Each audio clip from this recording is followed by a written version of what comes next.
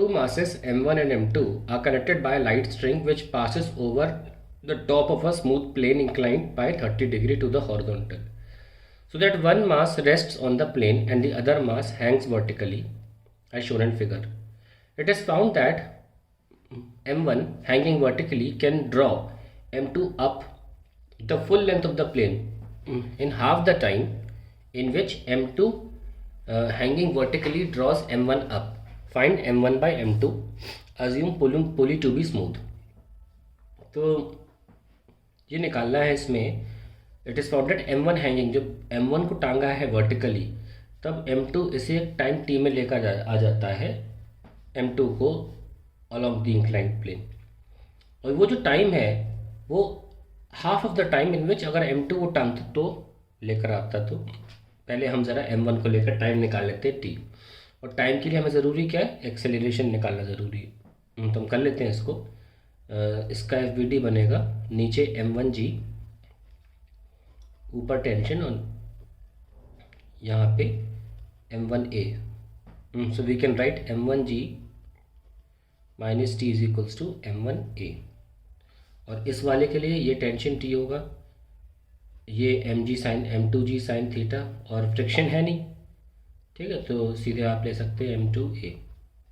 So we can write t minus m2g sine theta is equals to m2a. Cancel, so we get m1 minus m2 sine theta और यहाँ पे g divide by m1 plus m2. तो normally जब ऐसा वाला diagram होता है ना इस तरीके का, तो आपको तो डायरेक्ट फॉर्मूला पता ही होगा इस वाले का क्या होता है. उसमें यही फ़र्क है कि यहाँ पर दूसरे मास में यहाँ पे साइन थीटा आ जाएगा. तो इसे भी आप याद रख सकते हैं ताकि डायरेक्टली अगर फ्रिक्शन ना हो तो आप आसानी से निकाल सकते हैं. एक्सेलरेशन डायरेक्टली इसमें टाइम नहीं जाएगा. तो एक्सेलरेशन तो आ गया, ठीक है. अब हमें एक्सेलरेशन मिल गया. सो हम लगा सकते हैं इसमें टाइम का एक्सप्रेशन इसके ऊपर जाने का. मान लीजिए डिस्टेंस l है, so we can write l is equals to half at square. So we can write t equals to 2l by a square root. अगर हम दूसरा भी टाइम निकालने जाएंगे, हमने पहले केस में निकाल लिया जब वन हमारा जो था वो वर्टिकली है, तो हम 2l बाई लिख रहे हैं. नोटिस करें कि हम दूसरा भी निकालेंगे तो 2l तो सेम ही रहेगा उसमें, तो इन्वर्सली प्रोपोर्शनल टू एक्सेलरेशन ही आ रहा है सिंपली.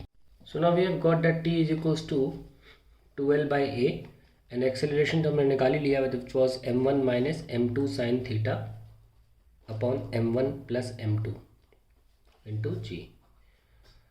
So हम यहाँ देख सकते हैं कि टाइम का एक्सेलरेशन से इन्वर्स रिलेशन है, रूट में भी है. तो हमें गिवन है सवाल के हिसाब से कि पहली बार में जब m1 को हमें वर्टिकली टांगा तो जो टाइम था वो लगेगा half of the other time. तो 1/2 लिख सकते हैं. तो ये भी तो लिख सकते हैं, it's root of a2 by a1, or we can also write 1/4 a2 by a1, or we can write 4a2 is equals to a1. तो अभी हमने जो निकाला वो a1 है, और अगर हम a2 निकालें तो it will be m2 minus m1, सिर्फ सफिक्स चेंज करना है आपको, into g upon m1 plus m2. और एक्स पर इक्वेशन क्या है कि a1 is 4 times of a2.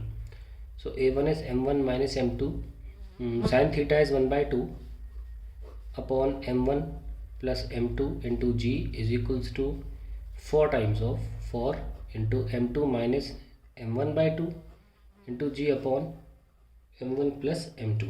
तो ये cancel, g cancel.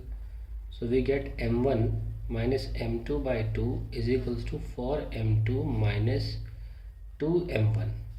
We get 3m1 is equals to 4.5 m2 and m1 by m2 we get 4.5 divided by 3.